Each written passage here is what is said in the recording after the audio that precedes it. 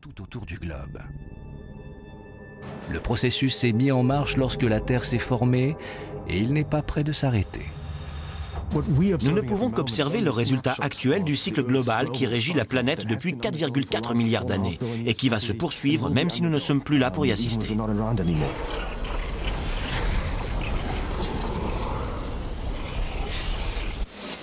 Ce cycle continental n'est pas sans conséquences sur notre monde actuel.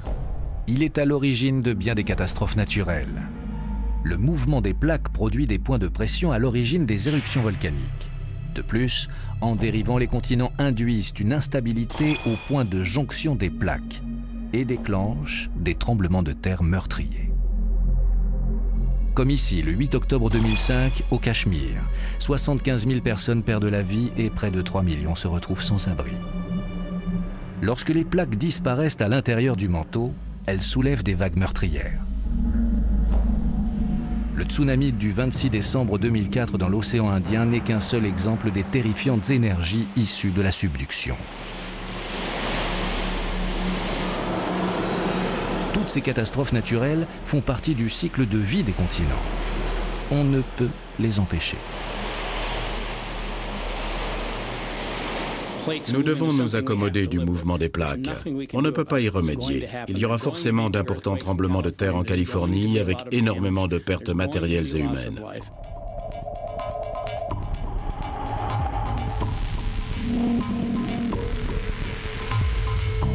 Il peut sembler que le rythme des catastrophes naturelles se soit accéléré au cours des dernières années.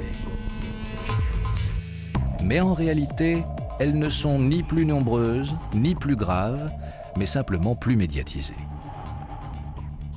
Je pense que nous assistons à une véritable prise de conscience du public. Grâce aux nouveaux moyens de communication, il est mieux informé des éruptions volcaniques et des tremblements de terre. Il ne nous a été donné d'observer qu'une courte période de la vie de la Terre. Si nous avions une vision d'ensemble sur les catastrophes naturelles survenues au cours des derniers millions d'années, nous verrions les choses différemment. Admettons qu'il y ait 10 séismes majeurs au cours des 10 dernières années et que les 10 années suivantes, il n'y en ait aucun. Cela ne veut rien dire. La période d'observation est beaucoup trop courte. Si l'on s'intéresse aux centaines de millions d'années qui se sont écoulées, la moyenne se rétablit. Il est impossible de prédire avec précision quand surviendra la prochaine catastrophe. En revanche, on sait où elle se produira. Au point de jonction des plaques. Si l'on trace la carte des séismes et des volcans, on constate qu'ils suivent les failles entre les plaques. Les mouvements annoncés par les spécialistes pour les millions d'années à venir n'augurent rien de bon pour de nombreuses grandes villes du globe.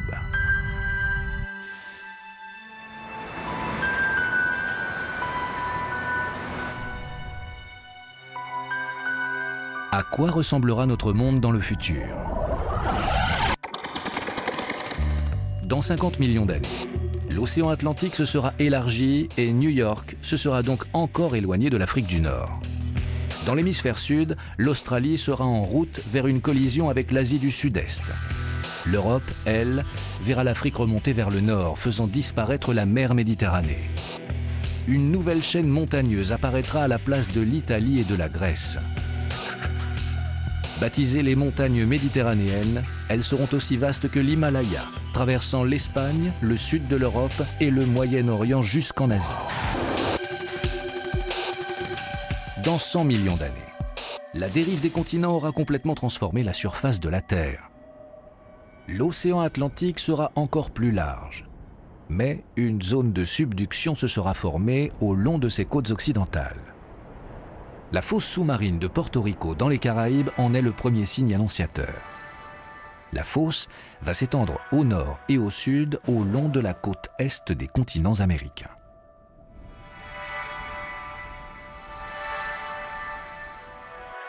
Cette grande zone de subduction finira par engloutir l'océan Atlantique, tirant ainsi l'Europe et l'Afrique vers les Amériques.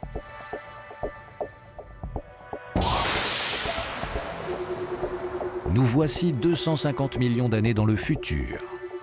les voyageurs intergalactiques de retour sur leur planète d'origine vont trouver un monde très différent de celui décrit dans leurs archives. Il n'y a plus 7 continents, mais un gigantesque bloc continental comprenant la quasi-totalité des terres de la planète. Il s'agira probablement d'un monde aride et glacial. Les explorateurs recherchent les vestiges de nos villes, mais lors de la rencontre entre l'Europe et l'Amérique, toutes les villes côtières auront été progressivement détruites. L'avenir géologique de New York promet d'être assez dramatique. Sur le long terme, la région va se trouver pile à l'endroit où l'Amérique du Nord et l'Europe vont entrer en collision, ce qui va produire de nouvelles roches. La ville finira par disparaître, coincée entre les deux continents. New York et ses environs seront réduits en morceaux et enterrés profondément sous la surface, ne laissant que quelques résidus derrière eux. Dans le futur, les géologues retrouveront des restes de New York coincés à l'intérieur même des roches. Des bâtiments, des bouteilles en plastique, de vieilles voitures. Toutes ces choses seront incorporées aux archives fossiles et reconnaissables par les experts du futur qui sauront ce qu'ils cherchent.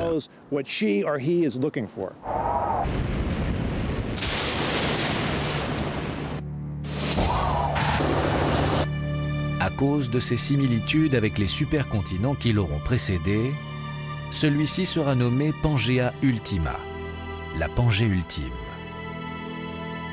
La plupart des terres de la planète seront réunies. La Pangée ultime sera probablement soumise à des climats extrêmes, tout comme la première Pangée l'avait été. Ce climat funeste pourrait avoir des effets dévastateurs sur la vie terrestre. Il est intéressant de spéculer sur les implications de tout cela sur la race humaine. La disposition des continents aura forcément des répercussions sur le climat, ce qui risque d'affecter les organismes vivants, voire d'engendrer de nouvelles extinctions de masse. Lentement, mais sûrement, notre monde avance vers sa propre destruction. Les processus qui sculptent la surface de la planète ne changeront pas. Il y aura toujours des séismes, des volcans, il y aura d'autres tsunamis, d'autres ouragans, et cela que les humains soient sur Terre ou non. La planète sera toujours là. La tectonique des plaques va se poursuivre pendant au moins plusieurs centaines de millions d'années. Reste à savoir si les hommes seront toujours présents pour y assister. Il se pourrait que même la Pangée ultime ne soit pas le point final de cette histoire. Les forces qui l'auront créée finiront peut-être par la déchirer à son tour et par relancer le cycle de mort et de renaissance une fois encore. D'ici là, les effets de la dérive des continents seront peut-être devenus invivables pour notre espèce. Après la destruction de nos villes, et sous un climat trop sévère, peut-être aurons-nous quitté la Terre en quête d'une terre d'accueil plus hospitalière.